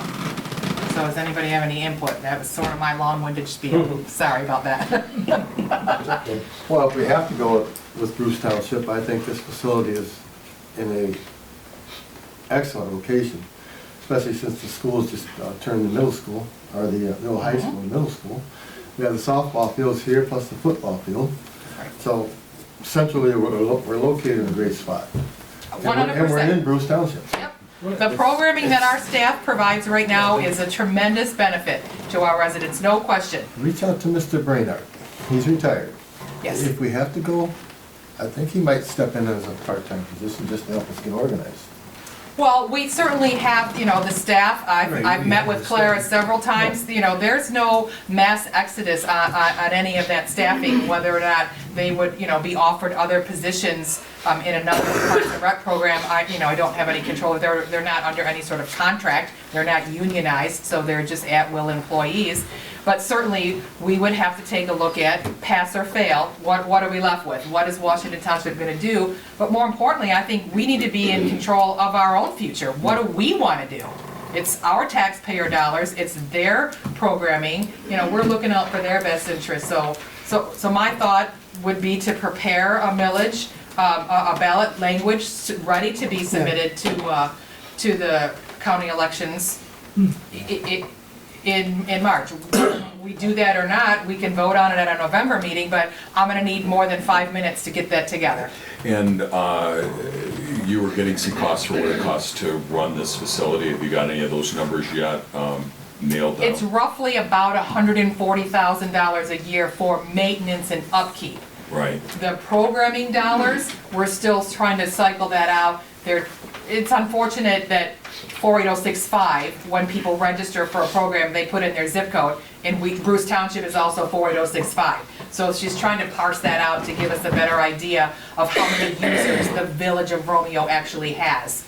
So. But just having the staff that we have here and the program that they have in this building, what that operational cost is, because that's how you can figure out what the appropriate millage would be if we're going to do something. From everything I know, I would think the village does not want to be split. I think the South Romeo, which we're a square mile, South Romeo is, wanting to stick with North Romeo. They do, and unfortunately, right, that's why I'm encouraging everybody to get out and express their vote. And for things because- like waste haul, which we were just talking about, they split out, the village part of it. For all kinds of things, they split out the village part of It's it. essential Right, service. we have, So, right, essential service, right, Bruce Township, right, doesn't include in their millage for fire the village of Romeo, because we contract that service with them, And same so with we're Washington, so excluded they out. could Yes. easily Yes. take the south Yes, part of the village. but when I made that inquiry, that's, I was, Yeah, because that'd be nice to include all of Washington in our Romeo tax on the road. They can Right. include us, let's include all of them. right. Unfortunately, we'd have to consider that if this passes, then essentially they would be double taxed, and that wouldn't be fair, so it creates a whole nother scenario, on the outcome, but, most importantly, I think all of our residents, south and north, wanna stay right here. Yes. The way Parks and Rec goes, it's covered through 2020. Even if that passes, Parks and Rec is gonna be together still on the initial till 2020, and they have the funding to run for that year. So that's gonna give Washington a year to get whatever they're gonna be doing together. And then there's money that is in the budget that is there that's gonna get carved up. I think there's like 1.3 million or something that's in there about a There's year's 1.4 in operating. their budget right now. Mark and And- I have had some conversations on how that division of assets would be and what Right. we would look to proactively look to retain.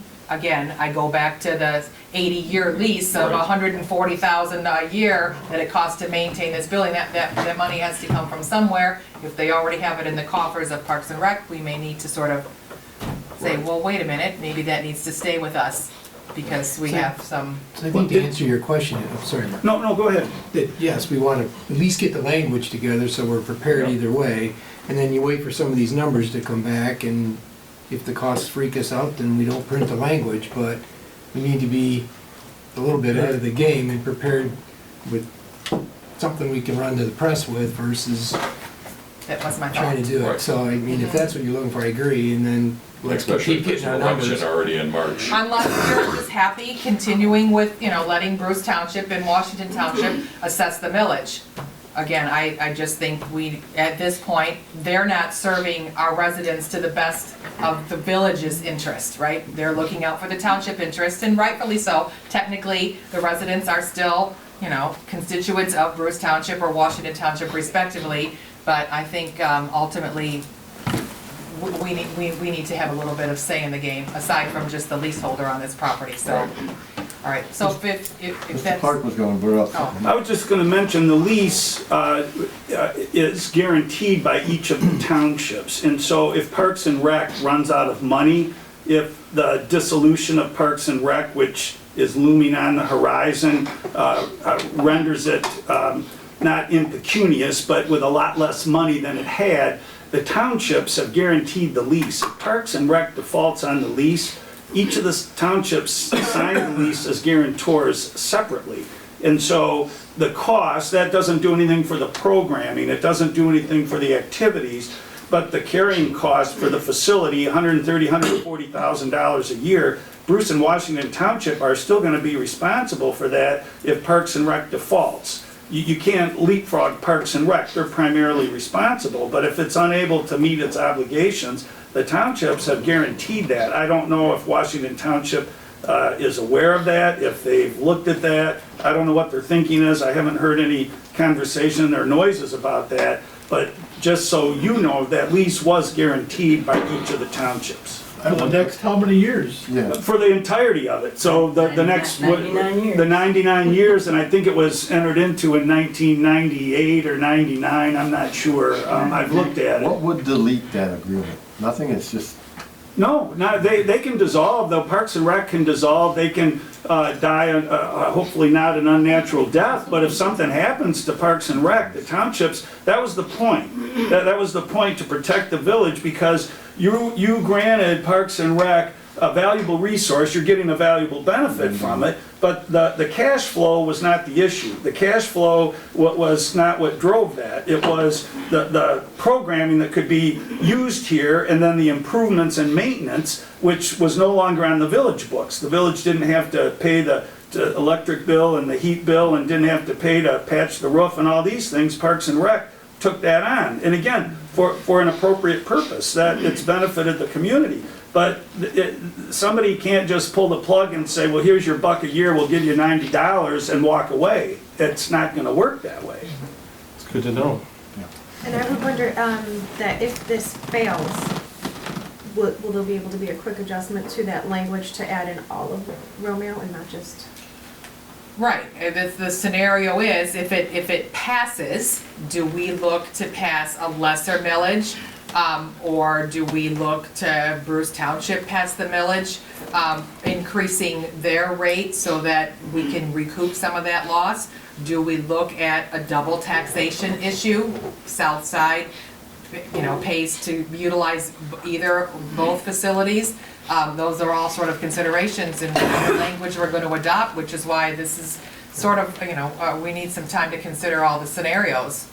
Because no, I don't want to have to double tax anybody, but those residents want to use it. And I think we have an obligation, they own this asset. I think we have an obligation to let them, but to what cost?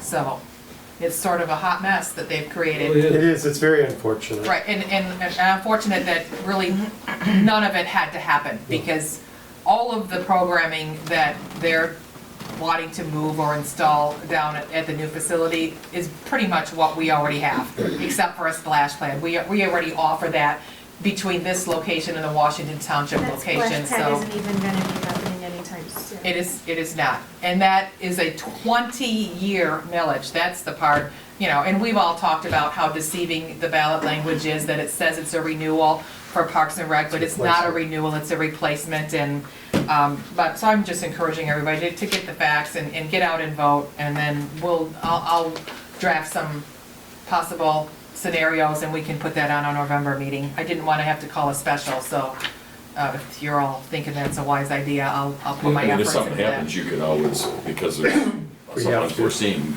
you can do that. But yeah, we can see what happens on the 3rd and Well, there's Fifth. still the Yep. November one. Is it- November of 20, Yeah. yes, Should we miss it for whatever reason? right. Okay, so that's enough on Parks and Rec. Item H, audit prep funding. I didn't give you any information in the packet, and I wish I had some specifics for you. We lost an employee, our accountant. We are in the middle of drafting our audit.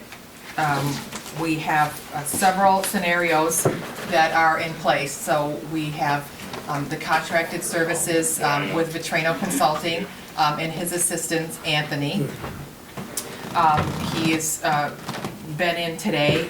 He's prepared to come in tomorrow and Wednesday to help assist drafting the schedules that are required, as well as doing the bank recs and some of the other cash receipting issues that have cropped up that they need an answer for to perform the audit. So the work has to be done.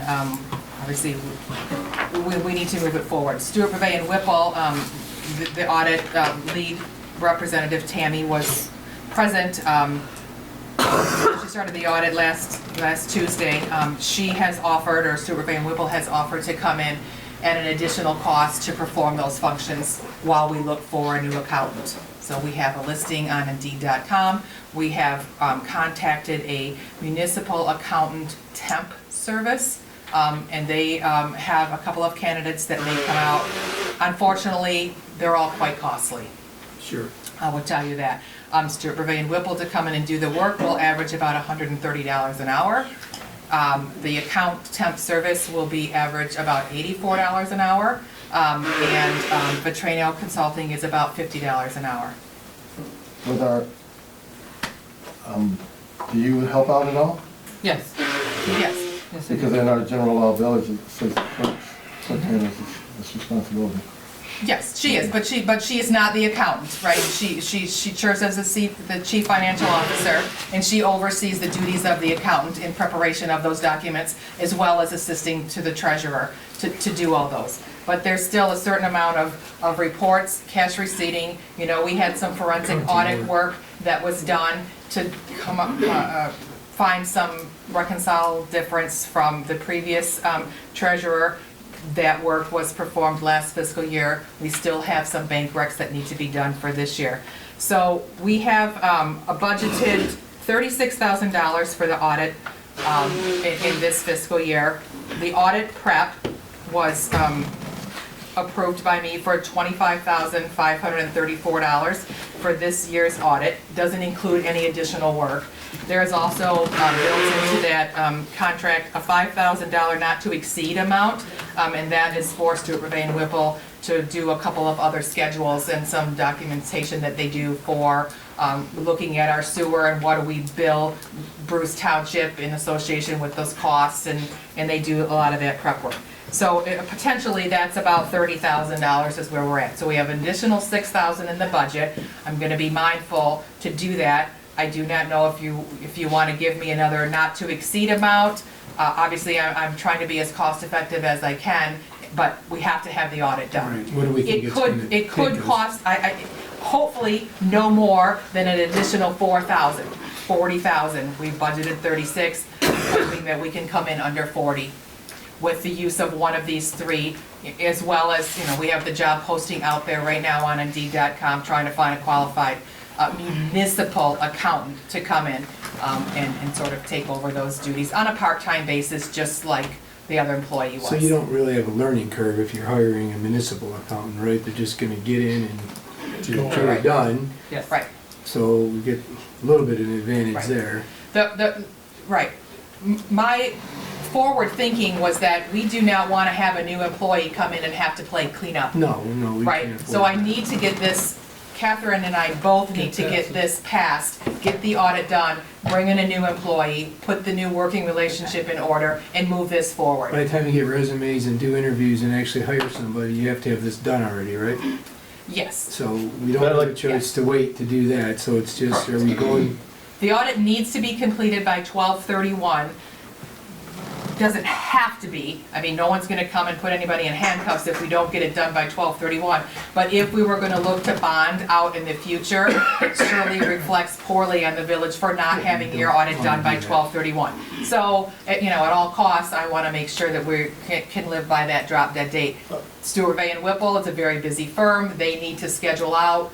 We've already been scheduled once. They're willing to work with us to move it back, but they need to get in here sooner rather than later as well to complete the work that they need to do. It's probably a 3 to 6 week process. Last year, it was about a 6-week process to complete last year's audit. So worst case, I'm thinking, all right, it's, the late October right now. I'm looking at the middle of December if all the parts fall into pieces. I'll make the motion that you're looking for a motion, right?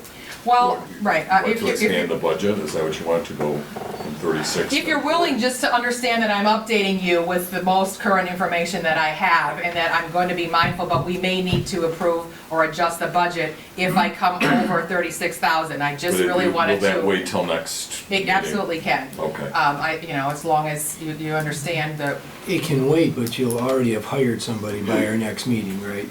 well, that's the plan, to hire Right. somebody, but more importantly, I'm employing somebody right now, whether it's the temp, whether Right. it's Gervais and Whipple, Right. or whether it's the consulting service to come in and do what we need to do to get this audit done. Yeah, but you I wouldn't guess have exceeded that 36 by then. You're giving us a heads up that we might have to bump it at the At next worst meeting. case, Gervais and Whipple told me 10 grand. That would put me at 40. We're at 36 budgeted, so an additional 4. And that's worst case. And I we'll know believe that's that the by worst then, case. because they're working for 6 weeks. Yes. All right. I guess I just don't understand.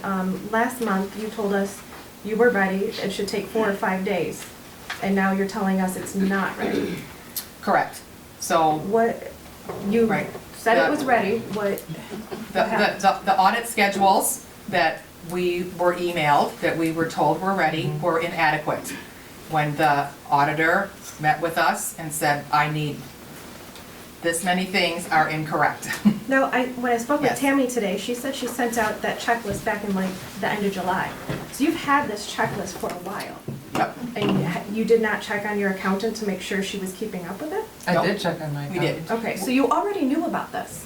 You No. knew that it Well, wasn't, she was, you she knew told wasn't us that keeping up. everything was complete and she was on track and she was So in you just contact. believed her, you didn't verify? We had weekly meetings. Yes, We we were did. trying to solve multiple issues, whether it's reconciling numbers from the bank statements through the treasurer, or whether it's working with the accountants. We had the checklist, we assigned the duties to everybody to perform, we went through that checklist. Are you doing this? Are you doing this? Are you doing this? Yes, yes, We've been yes. having weekly So then why meetings did for we the even audit let the since July. accountant, why did we even have the auditors come out if you already knew it wasn't being met? No, we did. We did. We believed, and we were given those reports, that everything was accomplished. We even looked at having the staff come in on Columbus Day if we had to.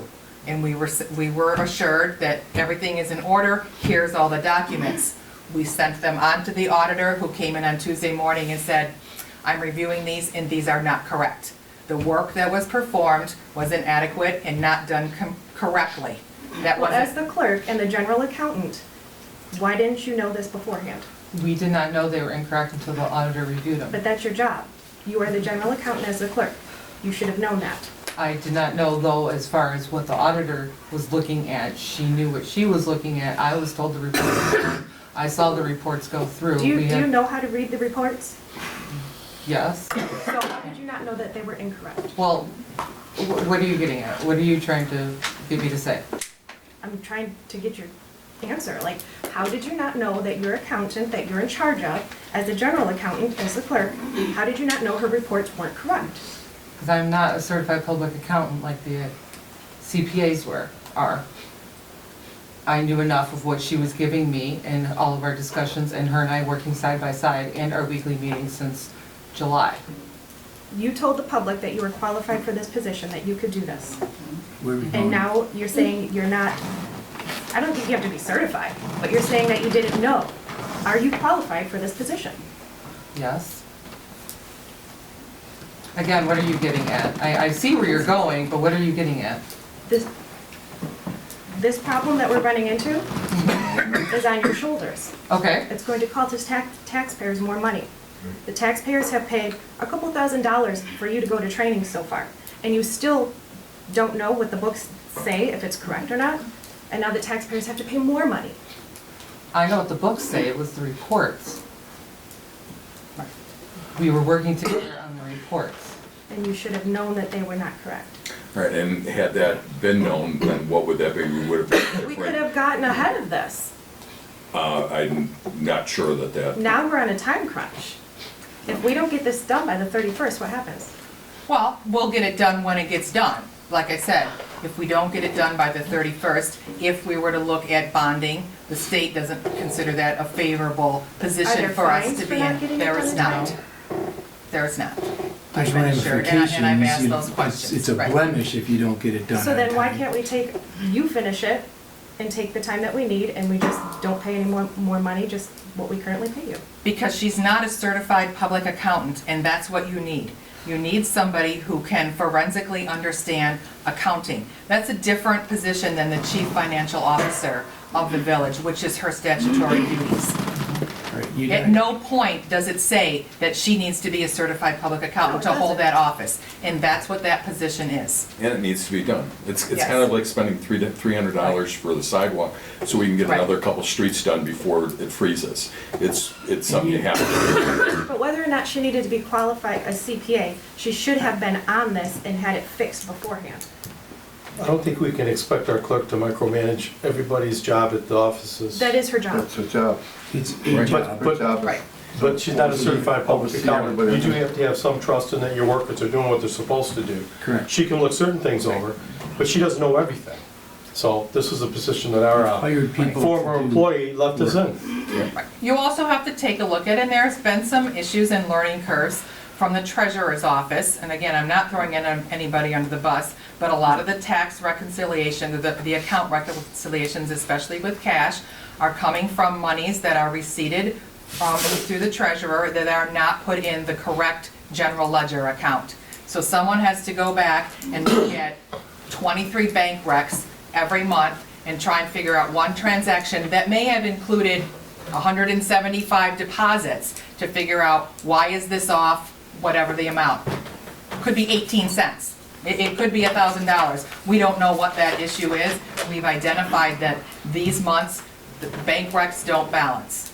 But this is not a 5-minute reconciliation of one checking account. This is 23 checking accounts over 2 different banks, right? But if you could Right. have seen that it didn't reconcile, that they didn't balance, when did you start seeing that? Why didn't we address that?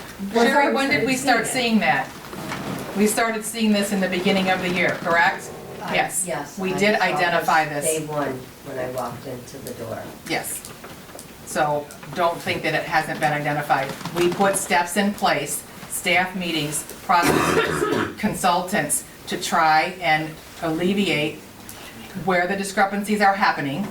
That's why we're switching over softwares to BSNA, so that it communicates directly, instead of fund balance, which is it's outdated, and there's different processes.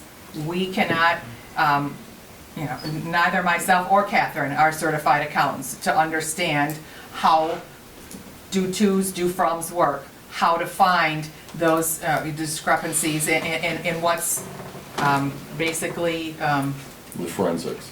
right, You're not kidding. Where are we going with this? Not to mention. I'm just going with, I'm alerting you to the fact. Clearly, they're disappointed, in the job performance. I would disagree that, we disagree. need a valuable employee who stands behind the level of work that she's doing, and we're making every effort to find that person to take over those duties. Well, can I ask, was the previous clerk a certified public accountant? I do not know the answer to that question. It doesn't Okay. So matter. let's, Well, let's just. Yeah, let's ask. Yeah. Mary. No, it doesn't matter. We were left with a mess, That's- so. My respect, We're that's. not begin going with. back in time. Where are we Well, going today? why she Well, go, because why she there's even no- ask We were that left- question? we were left with a mess. Go. Why she even ask How that far question? you wanna She go? shouldn't even ask that question. There's a lot of I can questions answer that the don't question. need to There's be a asked. question that general Right, law but there's says obviously she no handles the standard. job. We'll get I think back she on asked good track. questions, that's all. Right. She asked good questions. Okay. Not She did. no defense. And they've been asked. Yes. And we gave So you the let's move answers. So Okay. I'm responding to that. Let's move So no on. board action? I don't think the board needs to take action unless somebody wanted to make a motion No, with it it's the not to 40,000, exceed. but you don't need that. I don't. Because we're not gonna be there before that. We just have a heads up that it could come to that in next meeting. And I think that's fine. Let's move Yes, on. that's time we'll never get back. All right, let's move on to public comments. Is there anybody in the audience that wishes to address this board on any matter? All right, hearing none, we have 2 closed session agenda items, so I'm going to ask Josh to terminate the camera. Wait, okay. I was just saying this question. Okay, yes. I'm going to Will we close make this a mo- portion of the regular meeting. Make a Make motion a to go motion to go into into closed session for those 2 items. We're going to make a motion to go into closed session for the following 2 items, a union grievance and a settlement offer for us to consider. So I'll make a motion, we go into closed session? Yes. And I just identified the case and the settlement offer. It's the case of Rogers. Robert Rogers and Trailside versus the Village of Romeo. It's a Macomb County Circuit Court case. Okay. All right, so we have a motion by Bartholomew. Did somebody support that? Okay, support by Hart. All in favor? Aye. Okay, any opposed? Oh, do we need a roll call? You need a roll call. Yes, you need a roll call, Sorry. please. Bartholomew, Yes? Hart, Yes. Sedell, Yes. Edward, Yeah. Fowler, Yes.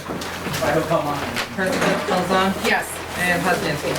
Yes. Okay, all right, thank you. And take a few minutes then, take a break.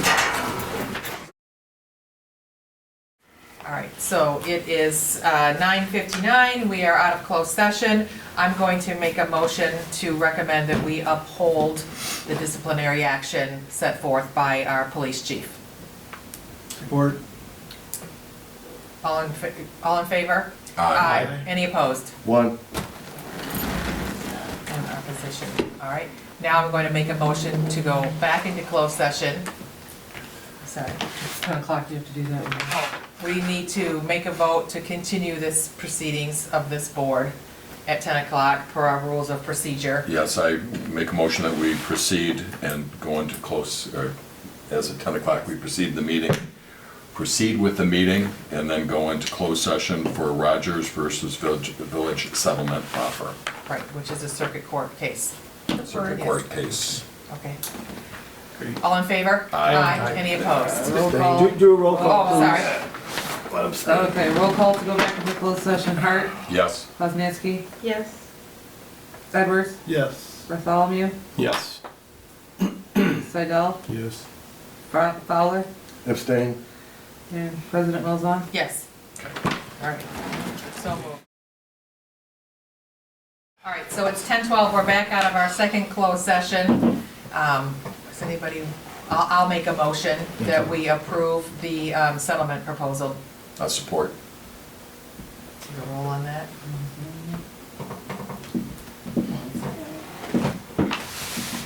Second by Hart. All right, President Wilson, Yes. Hart, Yes. Poznanski, No. Bartholomew, Yes. Edwards, Yes. Seidel, Yes. Motion carries. All right. All right. Are we gonna do board member comments? I seriously, I just have two. This weekend, I don't even know when this is airing, but Wednesday night is the homecoming parade at 6. So anybody wants to see that. And then there's movies in the park with the DDA, Main Street, Come to the Village October Park. 24th. Yes, what are they showing? Something in the big pumpkin, was that Charlie Brown? Yes. And then, The great, a great pumpkin. then the old school like black and white Frankenstein. Yes. Later for the adults. So, again, grab a latte, come to the park, watch a movie, enjoy company. And because of homecoming being on Saturday at my house on Tilson, the Romeo dance team will be on Sunday, and then they'll also be on the 30th. So those will be the 2 nights that'll be happening at my house. And the Historic Society Christmas home tour is coming, so grab your tickets.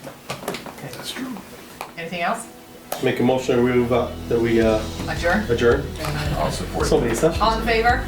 Aye. Aye. Any opposed? Thank you, John. seconded that? Thanks, John.